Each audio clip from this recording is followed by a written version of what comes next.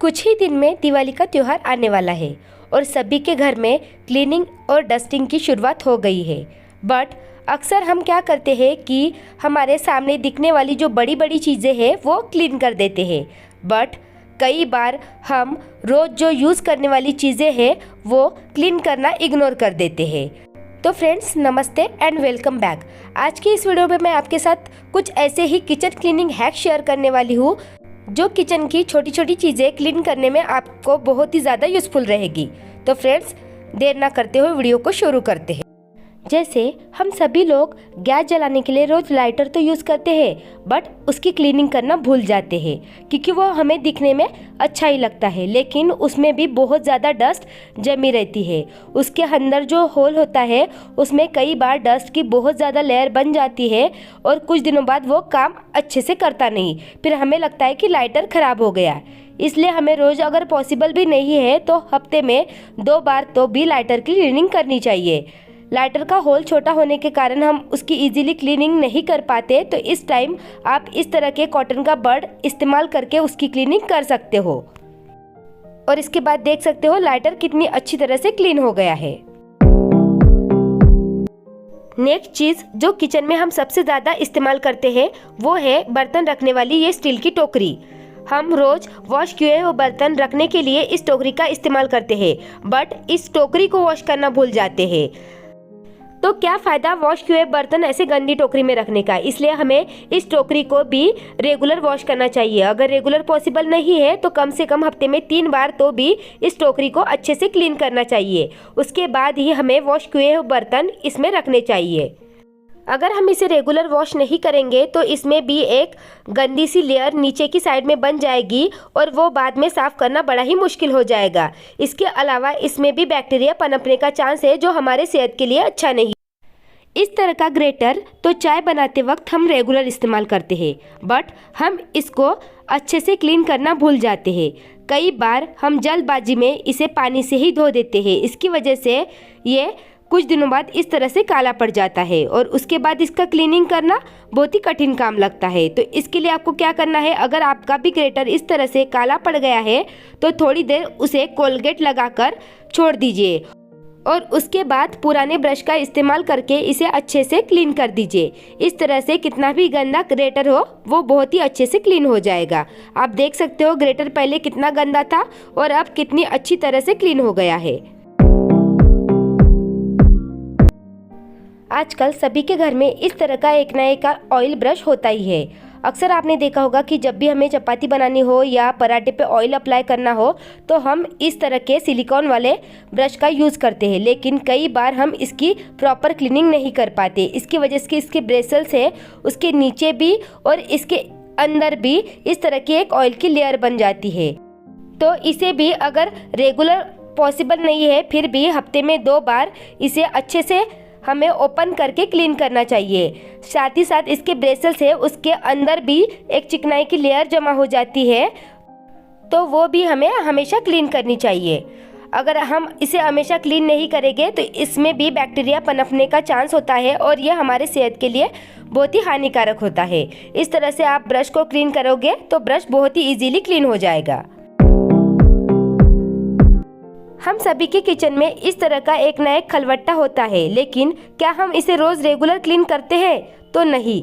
कई बार हम क्या करते हैं, इसमें लहसुन तो क्रश कर लेते हैं लेकिन जल्दबाजी में इसे धोना भूल जाते हैं। तो हमें ये बिल्कुल भी नहीं करना है, हमें इसे रेगुलर वॉश करना है। अगर आप इसे रेगुलर वॉश करना भूल जाते हैं तो हम इस तरह का एक लीड बना के इसे पहना सकते हैं। इसकी वजह से एक तो ये पैक रहेगा और रात में हम कई बार इसे खुला छोड़ देते हैं तो उसमें कॉकरोच या कीड़े गिरने का चांस होता है, तो वो चांस भी नहीं रहेगा। और जल्दबाजी में अगर हम इसे धोना भी भूल गए तो भी किसी बात का डर नहीं रहेगा। हम सभी के घर में इस तरह का एक ना एक वाटर प्यूरीफायर होता है। हम क्या करते हैं, इन वाटर प्यूरीफायर को कई बार ऊपर के साइड फिट करवाते हैं, नहीं तो नीचे के साइड। लेकिन जब हम इसकी क्लीनिंग करते हैं तो आगे से तो क्लीनिंग कर देते हैं, लेकिन इसके जो ऊपर का टॉप वाला एरिया है उसे हम क्लीन करना भूल जाते हैं। तो ये वाटर प्यूरीफायर किचन में होने के कारण किचन में खाना बनता है, इसकी वजह से इसके टॉप के ऊपर एक चिकनाई की लेयर बन जाती है और वो अगर हम रेगुलर क्लीन नहीं करेंगे तो वो साफ़ करना भी मुश्किल हो जाता है। तो इसके लिए आपको क्या करना है, जब भी आप वाटर प्यूरीफायर क्लीन करें तो उसके जो ऊपर वाला टॉप वाला एरिया है उसमें इस तरह का न्यूज़पेपर स्टिक कर सकते हो। नहीं तो मार्केट में अलग अलग तरह के वाटर प्यूरीफायर कवर मिलते हैं, नहीं तो आप इसकी जगह किसी कपड़े का भी इस्तेमाल कर सकते हो। अगर आप इस तरह से वाटर प्यूरीफायर का ऊपर का भाग ढक के रखोगे तो वो खराब नहीं होगा।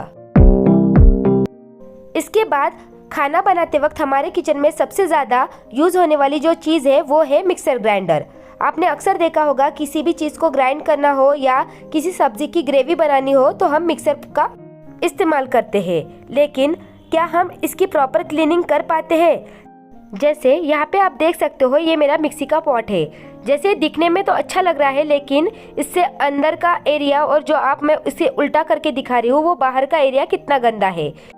इसके कॉर्नर में डस्ट जमा हो गई है, तो अगर हम इसे अच्छे से क्लीन नहीं करेंगे तो ये डस्ट बढ़ती जाएंगी और इसमें भी एक लेयर जम जाएगी।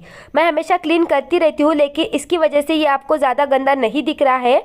लेकिन अगर आप बिल्कुल भी इसे क्लीन नहीं करते होंगे तो आप एक बार अपनी मिक्सी निकाल के ज़रूर देखिए, उसमें बहुत ही ज़्यादा गंदगी की लेयर जमा हो गई होगी।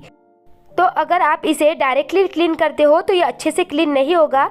तो इसके लिए आपको कोई भी पुराना ब्रश ले लेना है और उसे हल्का सा बेंड कर देना है, और उसके बाद इस ब्रश की हेल्प से अगर आप इन चीज़ों को क्लीन करोगे तो बहुत ही इजीली क्लीन हो जाएगा।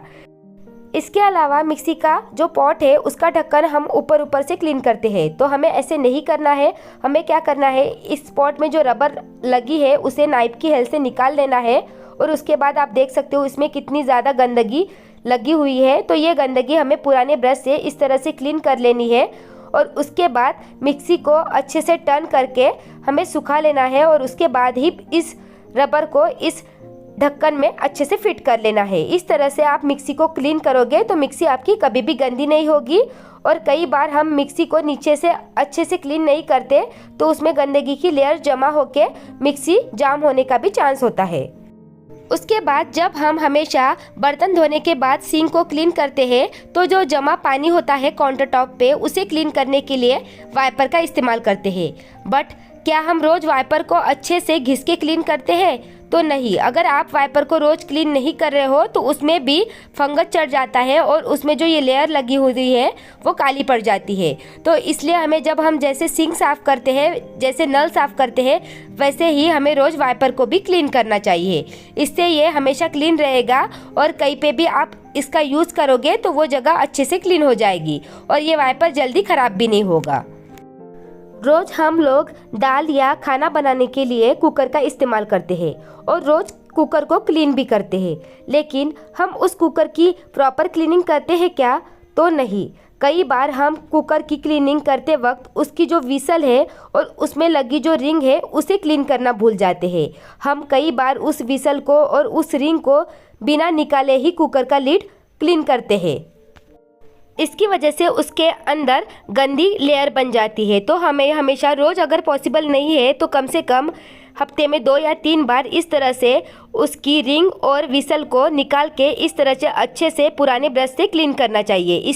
इसकी वजह से विसल जल्दी खराब होती नहीं है।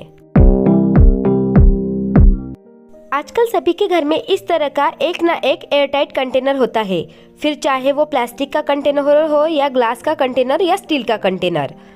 और आपने अक्सर देखा होगा कि इस कंटेनर में इस तरह की रबर लगी होती है।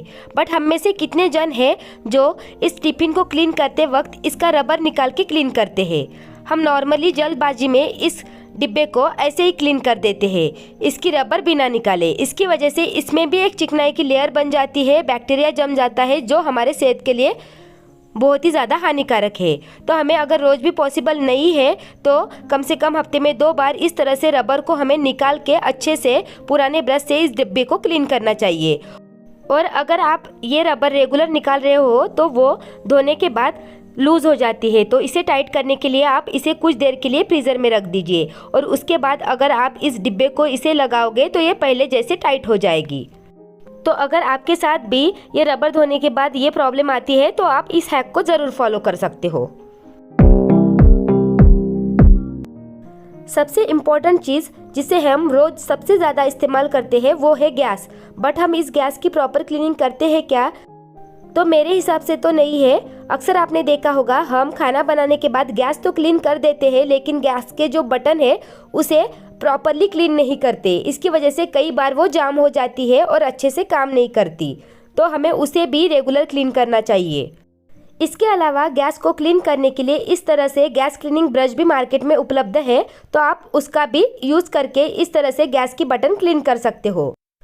तो फ्रेंड्स, आज के लिए बस इतना ही। मुझे लगता है ये सारी छोटी छोटी चीज़ें हम सभी लोग क्लीन करना भूल जाते हैं, लेकिन इसका हम रेगुलर इस्तेमाल करते हैं, तो हमें ये रेगुलर क्लीन भी करनी चाहिए। तो फ्रेंड्स, आई होप आज का वीडियो आपको यूज़फुल लगा हो। अगर आपको वीडियो थोड़ा सा भी यूज़फुल लगा तो वीडियो को लाइक कीजिए, अपने फ्रेंड्स एंड फैमिली के साथ शेयर कीजिए, एंड चैनल पर नए हो तो चैनल को भी सब्सक्राइब कर दीजिए ऐसे ही यूज़फुल वीडियो देखने के लिए।